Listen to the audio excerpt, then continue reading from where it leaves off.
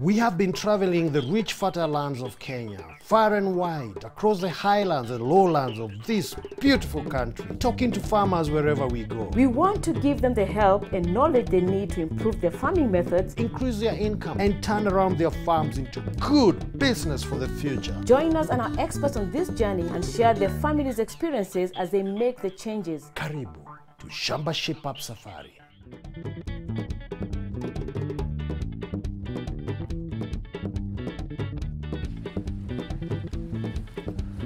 Welcome to Shamba Shape Up, a show that advises you on how to make your Shamba a better Shamba for you, your family, your crops, and your animals. Today we are at Eshibeye village. That's about 17 kilometers from Kakamega. Enjoy the show.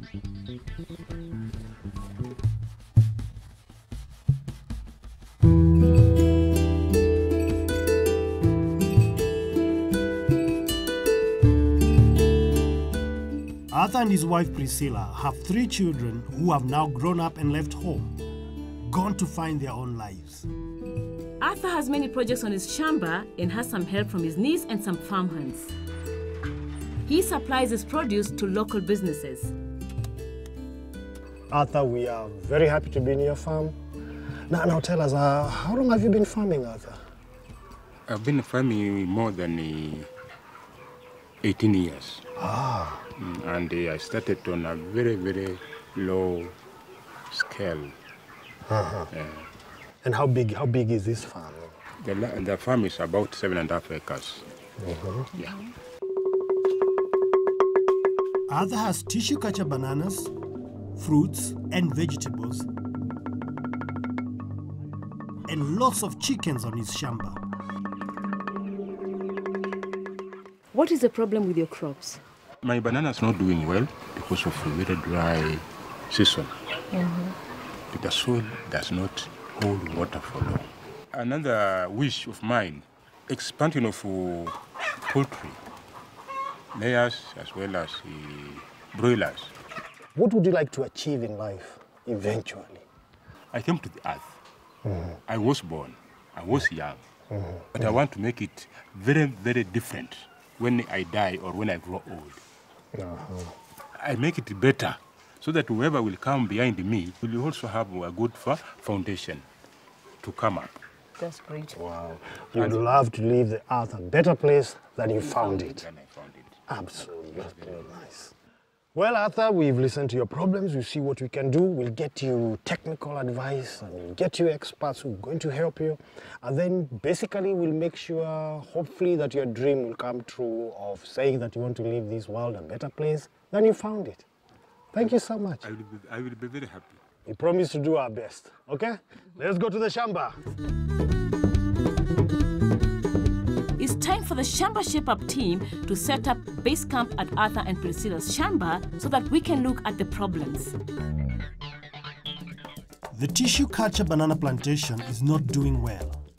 The bunches are small. The pottery at the Shamba is doing quite well, but needs to be expanded. Arthur would like some advice on his broilers. The fruit and vegetables have problems with pests and diseases. You know, Tony, Arthur is doing very well, but there's a lot to be done on this farm. Yeah, he certainly does need expert advice. And you know, we still have to cover the bananas. Fruits and vegetables? And of course the chickens. And I think that, you know, we should start with the chickens. I don't like chicken. Oh, the more reason why you should go there and start working on them right away. You might end up eating all of them, even the feathers. I'm going to work on the bananas. Okay. While Naomi goes to check out the chickens, I want Arthur to meet a soil expert before we take a look at the banana plantation. Mr. David Bakaya from Kakamega has the results from the soil tests done on Arthur's Shamba. David! Yes. I see you're already here. Now, David, tell us, what is the importance of soil testing? Soil testing is knowing the health of the soils. It's just like a human being. Yes. You have to be tested to know if you are healthy or not. So when we test the soils, we know the health and we know where it is suffering. Okay. Yes. Now, you took some sample from others' farm, and I hope you have the results with you. I have the results. Are they good? No, they are not very good because the soils are sick. Okay. They are lacking some nutrients. Okay. One, the soils are acidic. When I looked at the results, it became to 4.1, and for your crops to grow well, they have to be 5.5 to 6.8. So you know now they are sick. The other element is phosphorus, which makes the plants to grow well. It's also very, very little. So you need at least to boost it for your crops. You have to add some fertilizers. Is that all you should do? No, there are other things. When it is acidic, you have to use lime to bring down that acid, because the plants will not grow well in acidic soils. So you have to use lime, and the lime has calcium, and the calcium makes the plants to grow very fast. Okay. Yes. So you have to improve on your management on the pests, Yes. on the diseases, Yes. and improve the fertility of your soils. Good, good. Very good. And now it's time to find out what can be done to help with the banana plantation. And an expert from Kari is here to help. Right, we're here at Others Banana Plantation, and we want to find out what exactly is wrong with these bananas. The major problem here is that we have very many banana weevils on this farm, and also the nematodes, and also the pruning of the suckers. He has left very many suckers on one stool, and these suckers normally compete for food, and that one can result into small punches because of the competition in the nutrients. What should he do? Well, what he can do is to reduce the number of suckers per stool. So per stool he yeah, has yeah. about 1 or 2? We normally recommend to leave at least maximum of 4 per stool. And you have to leave them in stages. We have the mother, which is big. We have the daughter. We have the granddaughter and the granddaughter. The banana weevil normally causes the damage in the pseudostem and in the comb. And it normally makes tunnels, as you can see. These tunnels here are normally made by the banana weevil, which is the larva. And then when damage is like that, the plant is not able to take nutrients from the soil and the water. So the plant becomes weak, and it puts on small bunches. And by looking around this farm, I'm seeing some bananas with dry leaves. And what could the problem be? Now we have also diseases like black scatoka, which attacks the leaves, and the leaves turn yellow. And it can even wipe out all the leaves. So this one, to control, you only keep on removing the infected leaves. But the other problem I mentioned was low soil fertility in this particular farm. Bananas normally needs nutrients. So you are supposed to apply farmyard manure at least 1 wheelbarrow per stool twice in a year, during the long rains and during the short rains. If you keep on applying and then there's no improvement, and it means that that plantation is too old. How long has this plantation been here? It is now, this is the 7th year. The 7th year, I think I recommend that you can now re-establish in a new field. After how long should somebody move? Under good management, is supposed to be 8 years.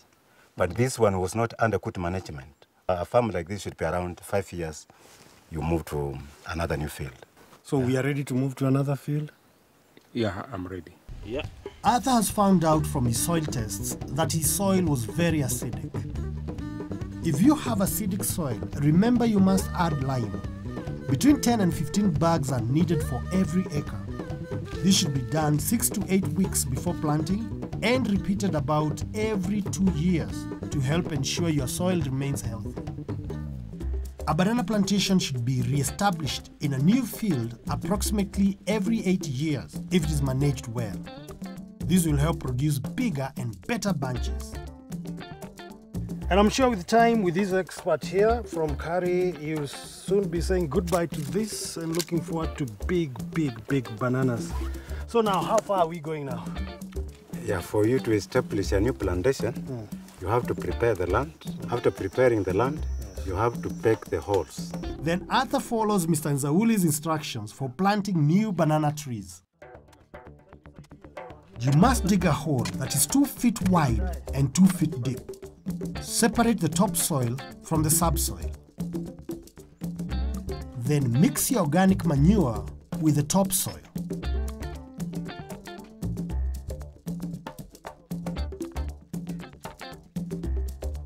Mix in a handful of DAP fertilizer. Use 2 matchbox amount of meticol, which controls nematodes, and mix together. Then fill the hole back in and plant your new banana tree. And don't forget to water it.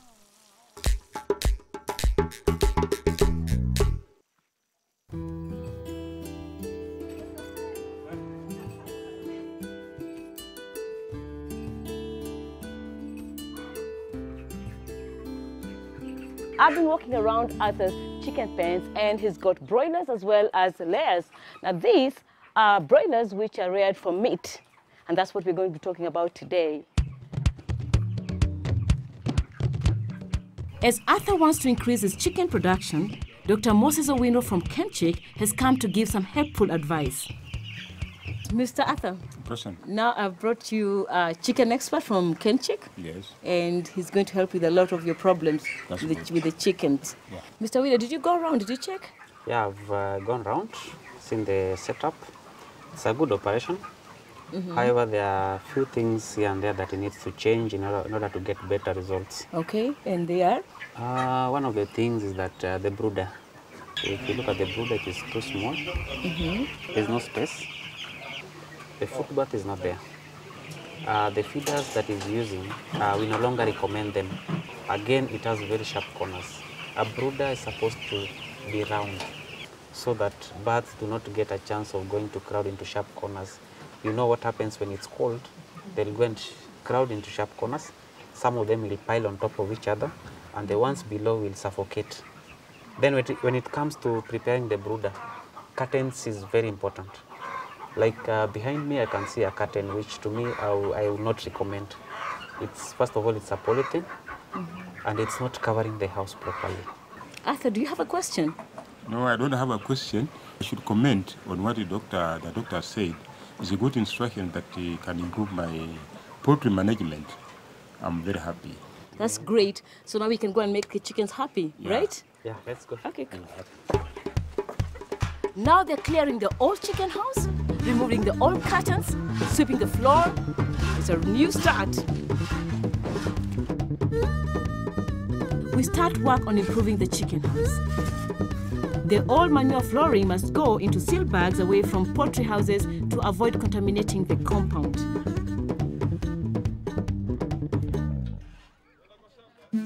It's important to wash and clean the whole of the chicken house. Next, you must disinfect the new broiler house. Moses shows Arthur how to do this. Kenchik recommends Omnicide, which will disinfect the poultry house and foot baths. It is important to read and follow instructions on the label. This one is 25 milliliters for every 10 liters of water. Arthur sprays all the walls, ceilings, and floor.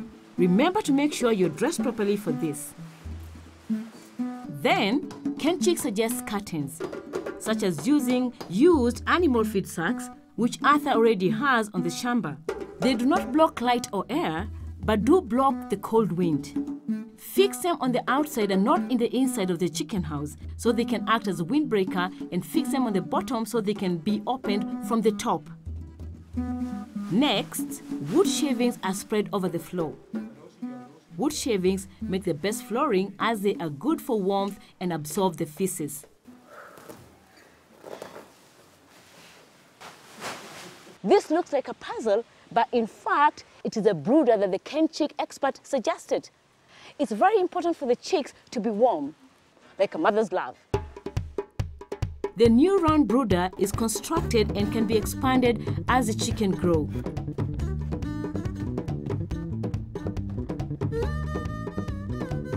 A small jiko gives added warmth.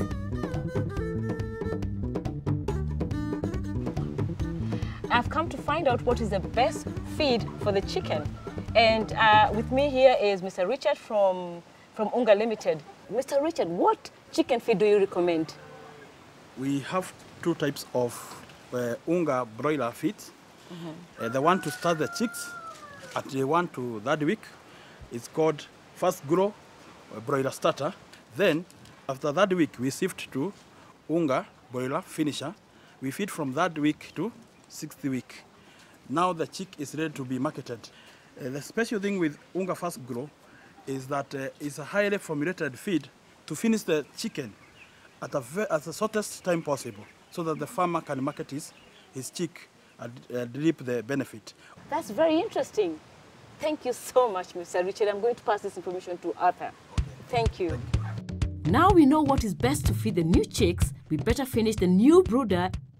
In addition to the right kind of food, you must also make sure you have plenty of water in the drinkers and use 1 drinker for every 80 chicks during broiling. Keep them topped up. This is another successful project. Others brooders should be a lot healthier and production can increase. Ah, there she is. You've gone cuckoo yet? You gone bananas? Oh, almost. Beautiful farm, but there's still lots of work to be done. Now we start thinking about the fruits and the vegetables. Yes. It's going to be work, but we still have to go on. Shaping up. Absolutely shaping up. I'll see you later. Okay. Keep going.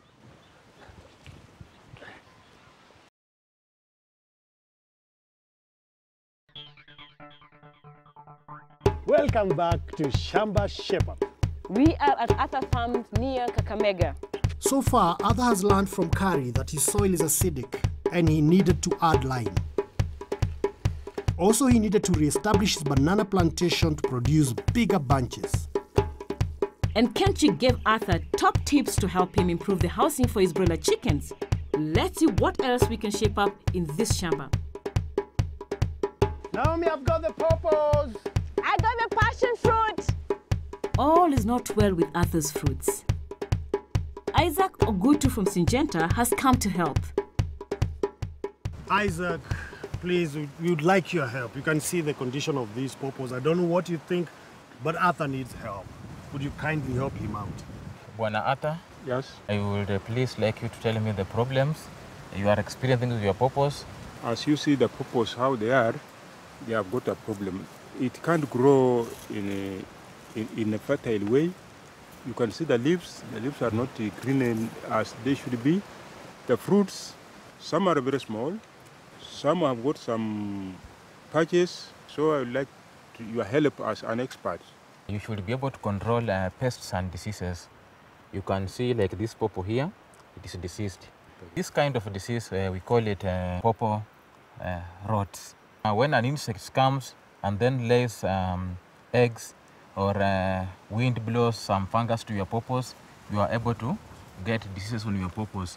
In case you want to control rotting of purples, we have a chemical, it is called Otiva. You can see like those leaves up there, they are yellowish. They are able to not to do photosynthesis very well. That problem, we call it purple mosaic virus. That virus is caused by aphids and hoppers when they move from one plant to another. Do you have another question? That virus, how can it be eliminated? As they move from one plant to another, they transmit the diseases. So in that case, we use Actara, which controls hoppers, and it also controls the aphids. All these chemicals I've given to you, they are systemic, in that whenever you spray on the plant, they go inside the plant. Like for example, you apply Actara here, and then a pest comes and sucks the purple. The pest will be able to die because the chemical is able to be translocated inside the whole plant and kills the diseases. Same to this other chemical. If you spray on the purple, even on the fruits. As now you can see they are nearing to be ready. Is it harmful to a human? These chemicals, they have what we call pre-harvest interval, like this one.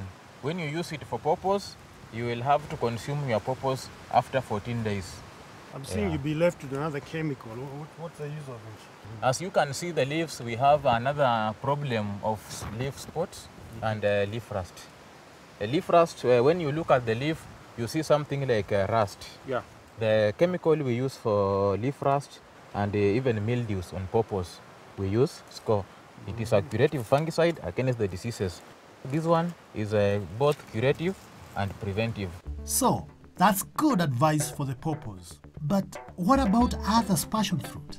Isaac explains that the passion fruit also has pests like leaf hoppers and spider mites, and diseases like leaf spot and woodiness. But Arthur can use the same Syngenta chemicals on his pawpaws and his passion fruit. Tony and I help manage the passion fruits, then Arthur sprays them as instructed by Isaac. All your fruits and vegetables can be managed by Syngenta's pesticides and fungicides. But remember to get the right chemicals for the pest or disease you're trying to control.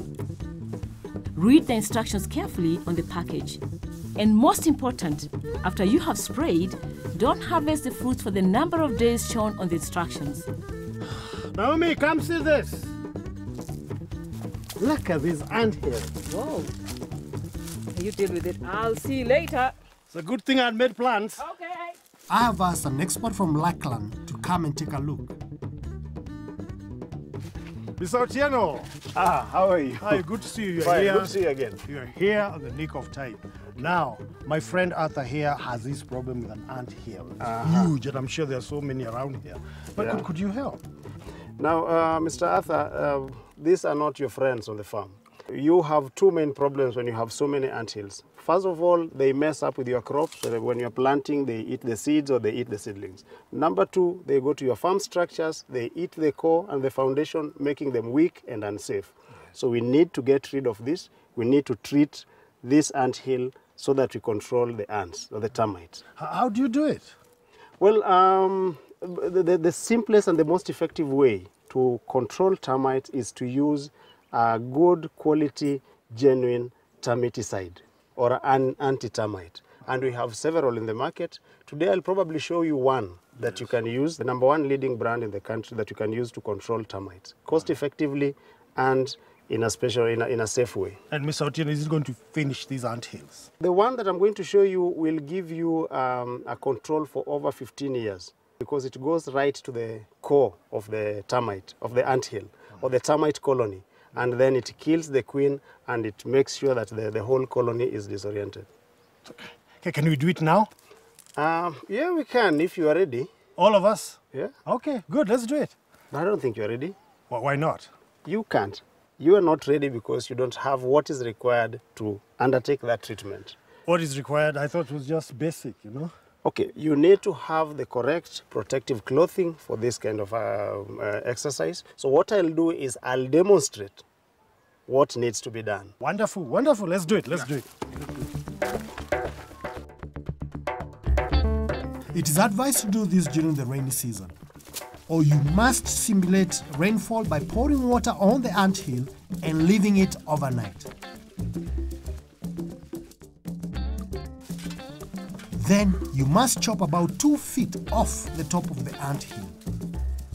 Remember, you must always wear protective clothing anytime you use chemicals. Rubber boots, overall, rubber gloves, and face mask. Mix the recommended Gladiator chemical with 5 liters of water and pour over the anthill and into the holes. Then cover the holes back up with the anthill mud. So how long do you wait? From a month to 2 months, we should see the problem dissipating. What do you think of that, Arthur? Any questions? What type of drug is this? Okay, this is an example of an agrochemical. The brand name is Gladiator, okay? But that is just the baptism name. There is the actual poison inside which kills the ants. They say this drug, if you pour into the anthill, it's placed under the ground. Is it true? And if it is true, what length? Okay. Or what diameter? Gladiator specifically has got a safety measure. It does not have what is called lateral relocation. It does not move laterally. That is safe for you because you may have a water hole somewhere. Correct. Okay, but it has got a vertical relocation. So within the area, about 10-meter radius, it will go deep up to the point of the soil where the queen resides. Thank you. Yeah, you happy now? Yeah, I'm happy. Good. Another problem solved for Arthur. But remember, it is very important when buying or using chemicals that you do not buy fake products. Arthur, Listen, let me ask you. Can you tell the difference? Can you tell whether this is fake or not? Can you? no, I can't tell. And Otieno, can you? How do you know one is fake or the real thing? Okay, I can tell. The main problem is about a fake or counterfeit Right, and a genuine product. right. Okay, the first thing that you need to know as a farmer who wants to get a genuine product, the rule of the thumb is get it from a certified, approved agrovet, and preferably one that you know. Okay, and even as you buy, look at the price. You know the market trend. If Right. this thing goes for 1,000 shillings and somebody sells it to you at 500 shillings, then you have to be suspicious. Oh, Every time you're buying an agrochemical, make sure that you've got the receipt and you keep it until after you've used it and seen the results. Now, for every product, there are normally some distinct security measures. One of the things that you'll always find in an agrochemical is there is a batch number. Then secondly, you also need to check the expiry date, the year of manufacture, and so on. Then each company, they have certain security marks. For example, this is a product by the brand name Mamba. It's a herbicide from Lackland Kenya Limited. Whenever you go to the shop, it has got this hologram, right. okay, from the distributors in Kenya, and this hologram from the manufacturers in the US. And this is something that is very difficult for anybody to counterfeit in Kenya. And that distinguishes it from any other. This one here has not been opened. Yeah, right. So you find that it still has its seal on. Okay, that helps, that the seal is still on. As a rule of thumb, again, you said always buy in the original container. Yeah, right. Yeah. Did you understand, Mzee? Yeah, I've understood. Yeah, and I think the most important thing is like when you have a receipt. Yeah. Yes. Yeah. And then the risk is here. If you're buying a fake product, you don't know what is inside. So it Right. may be actually poison. Secondly, it may be a totally useless product.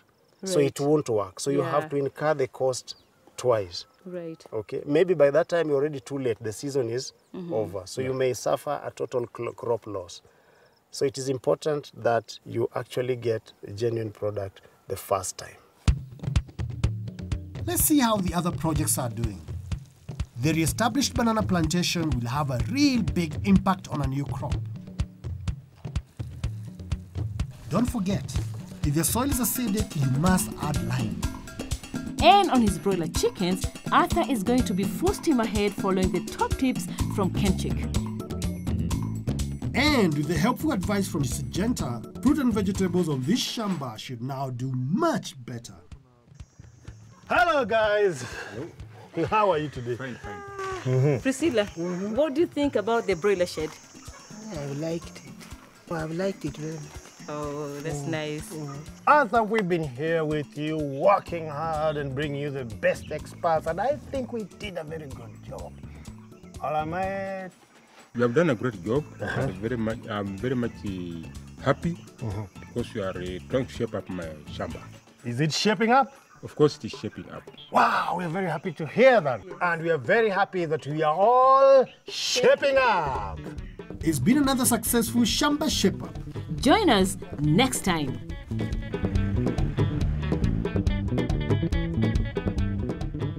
I wonder if you can remember all the good stuff you just saw about farming. No? Well, you don't have to worry. Just SMS your name and address to 5606 and we send you a leaflet with all the information.